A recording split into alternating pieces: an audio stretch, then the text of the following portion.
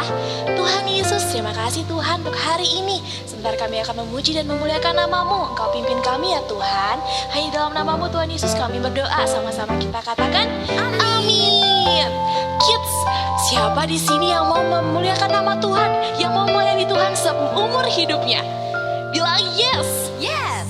Keren, semua yang mau ya melayani Tuhan.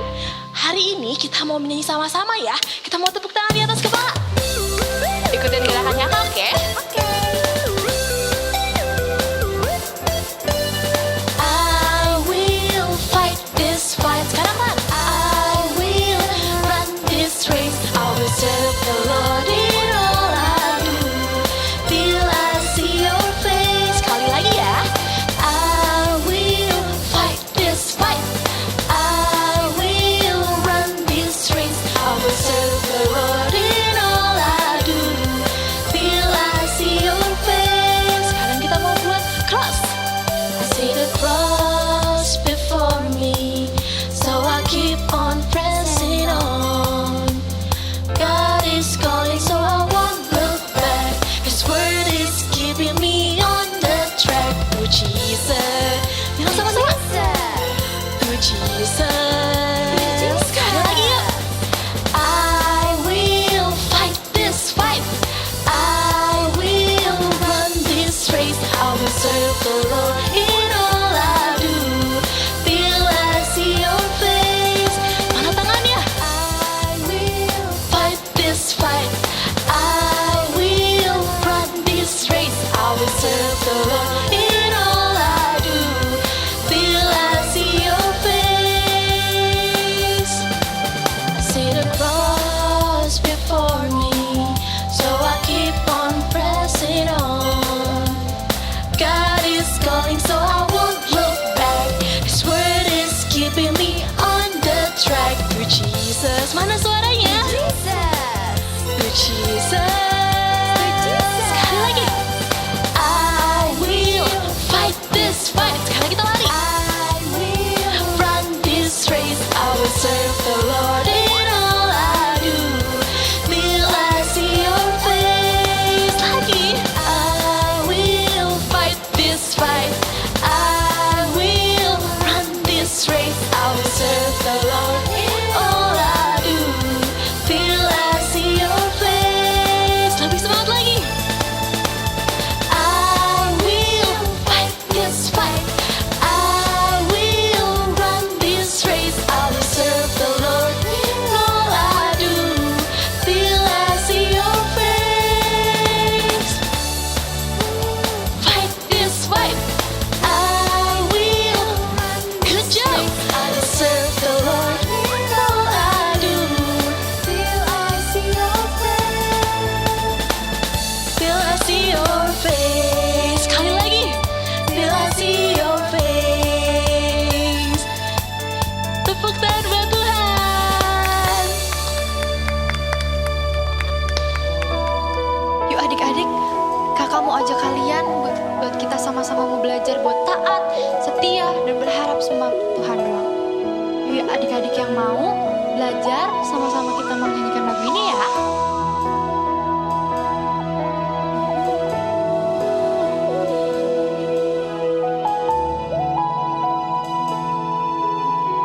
Yuk sama-sama katakan. Datang ya Bapa dalam kerinduan, memandang keindahan-Mu. Ku berikan segalanya, semuanya yang ada. Ku ingin menyenangkan hati-Mu, oh Tuhan. Kita ulang dari awal ya. Datang ya Bapa dalam kerinduan, memandang keindahan-Mu. Kami berikan segalanya Tuhan. Ku berikan segalanya, semuanya yang ada. Ku ingin menyenangkan hati-Mu, oh Tuhan. Berikan sama-sama.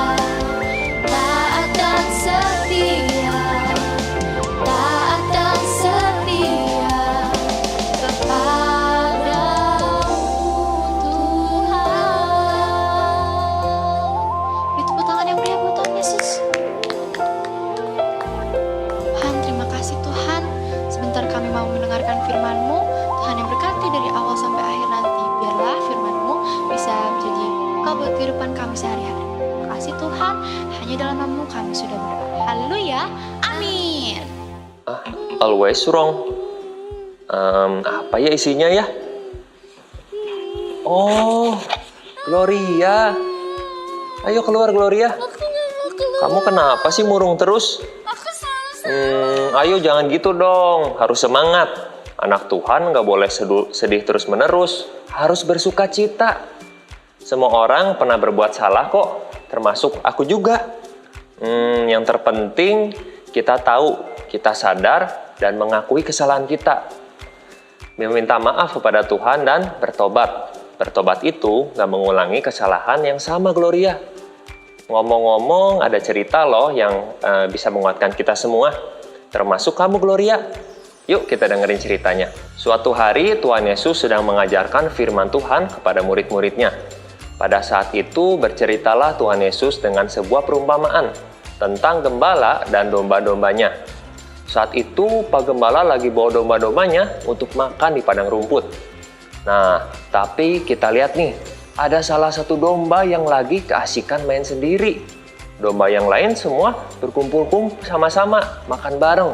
Tapi domba yang satu tadi malah ngejar kupu-kupu. Waktu udah mulai sore, dan domba-domba itu harus kembali ke kandangnya.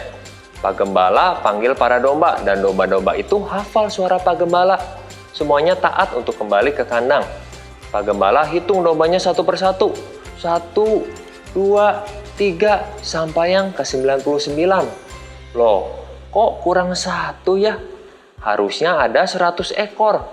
Nah, ternyata domba yang tadi lagi kejar kupu-kupu karena keasikan sendiri. Dia nggak dengar suara panggilan Pak Gembala. Tanpa sadar dia masuk ke dalam hutan sendirian.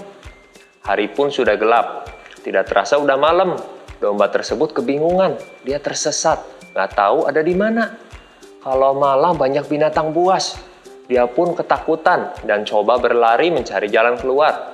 Lari ke sana, lari ke sini, sampai akhirnya dia lihat, wah itu ada cahaya di sana. Dia cepat-cepat lari ke arah cahaya tadi. Aduh, ternyata di situ ada jurang. Si domba pun terjatuh. Untungnya ada sebuah ranting yang menahan domba tersebut. Aduh, hampir aja ya jatuh ke jurang yang tinggi. Pak Gembala akhirnya masuk ke dalam hutan untuk mencari domba yang hilang tadi. Si domba yang kebingungan akhirnya mencoba untuk menyelamatkan dirinya sendiri. Dia mau manjat ke atas. Nah, lagi coba-coba manjat, dia nggak tahu kalau ranting yang menopang tubuhnya ternyata udah rapuh. Waduh, rantingnya mau putus. Teriak si domba meminta tolong.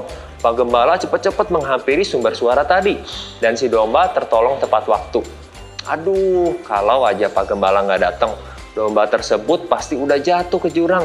Akhirnya si domba pun digendong dan dibawa pulang sama Pak Gembala. Wah, untung aja ya domba tadi punya Pak Gembala yang sayang banget, yang begitu peduli.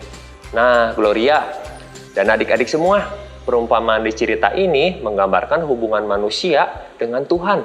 Pak Gembala yang sangat baik itu adalah Tuhan, dan domba-domba adalah manusia, termasuk kita. Manusia sering punya keinginan, itu boleh-boleh aja sih, nggak salah. Tapi permasalahannya, semua keinginan kita itu belum tentu harus dituruti. Karena itu belum tentu baik untuk diri kita. Dan yang paling tahu apa yang terbaik untuk diri kita hanyalah Tuhan. Tuhan yang memiliki gambaran sebagai seorang gembala, gak mau kita sampai tersesat seperti domba tadi. Tuhan mau kita selalu aman. Tuhan gak mau kita terhilang. Tuhan gak mau kita sampai mengambil keputusan yang salah. Tuhan ingatkan di 1 Petrus 5 ayat 8. Sadarlah dan berjaga-jagalah. Lawanmu si iblis berjalan keliling sama seperti singa yang mengaum-ngaum dan mencari orang yang dapat ditelannya. Kita harus selalu sadar dan berjaga-jaga. Artinya, hati-hati dalam bertindak. Jangan bandel seperti si domba. Kita harus belajar dengar-dengaran. Rajin baca firman Tuhan untuk tahu apa sih yang Tuhan kehendaki dalam kehidupan kita.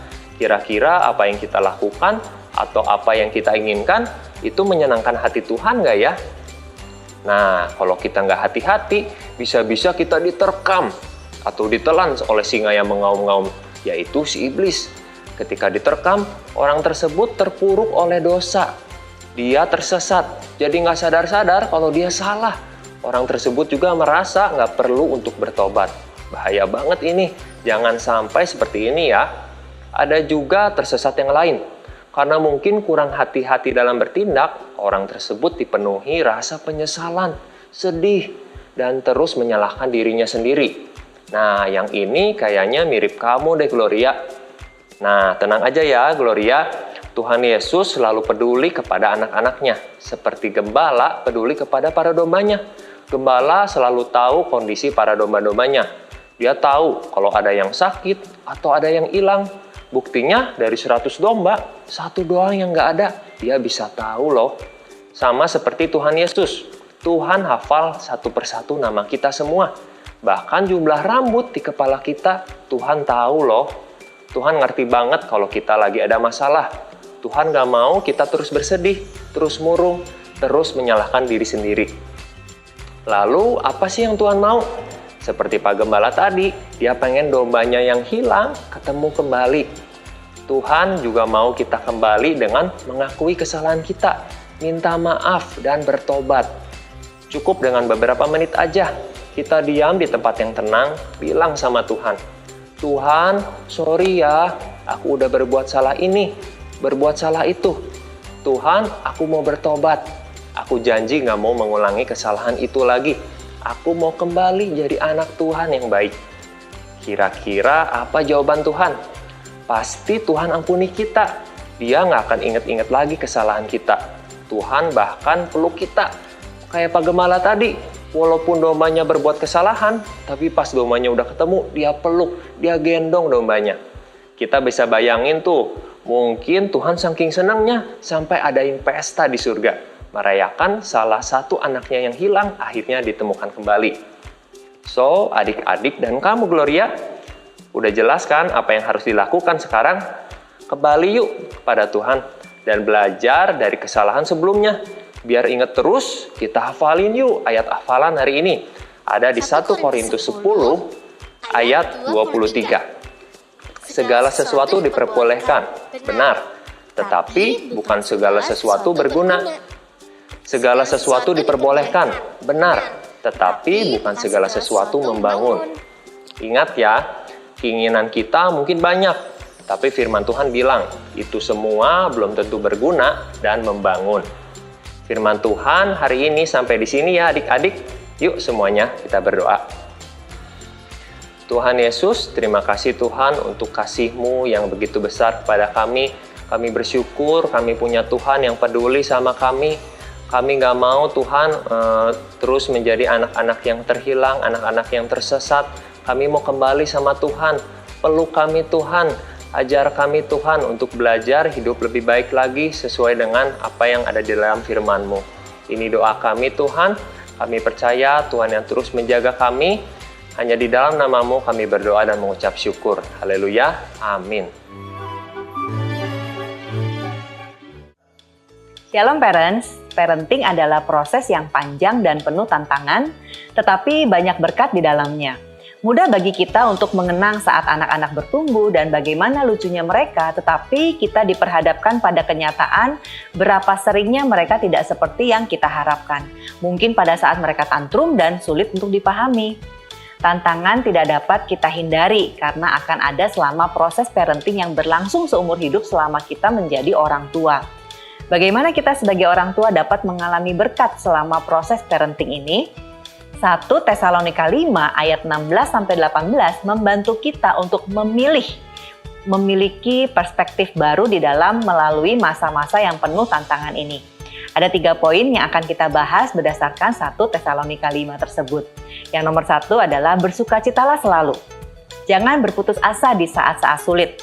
Ingatlah bahwa menjadi orang tua adalah sebuah panggilan yang mulia dan sebuah hak istimewa yang diberikan Tuhan kepada kita.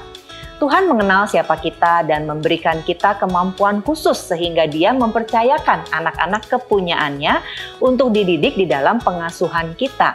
Sungguh suatu kehormatan yang besar. Terimalah dengan penuh sukacita pemberian ini. Yang nomor 2 adalah jangan pernah berhenti berdoa. Tidak ada yang lebih dibutuhkan anak-anak kita daripada kehadiran Kristus di dalam kehidupan mereka. Oleh karena itu, hal terpenting yang dapat kita lakukan sebagai orang tua adalah menaikkan doa tanpa henti kepada Tuhan untuk anak-anak kita.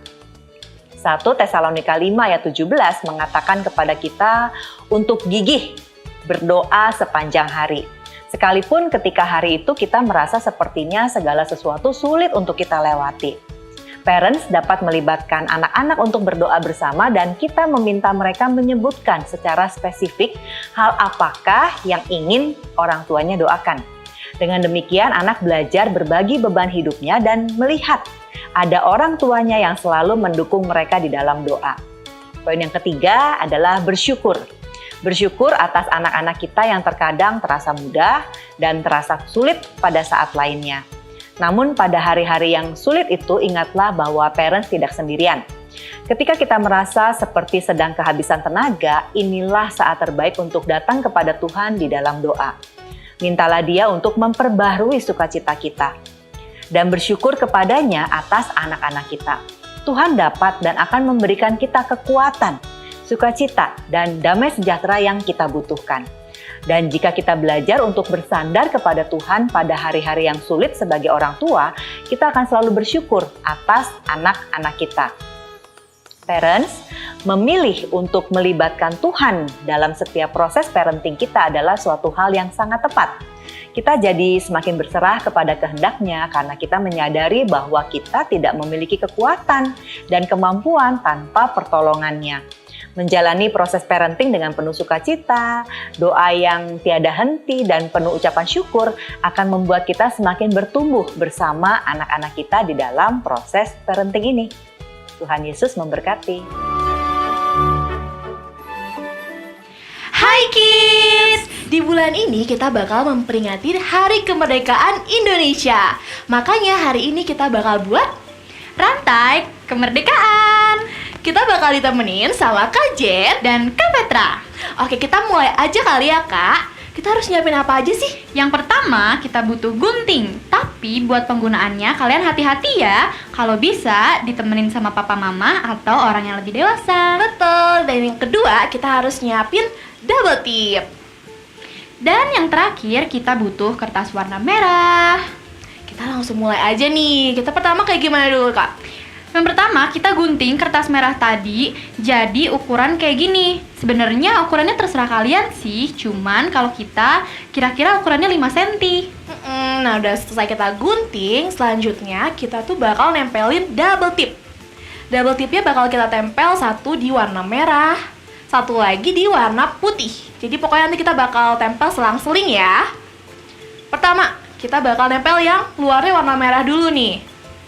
Jadi double tipnya kita taruh di warna putih.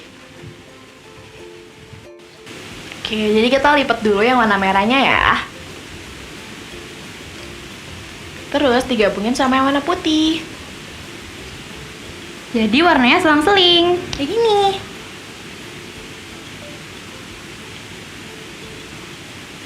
Pasang lagi yang warna merahnya.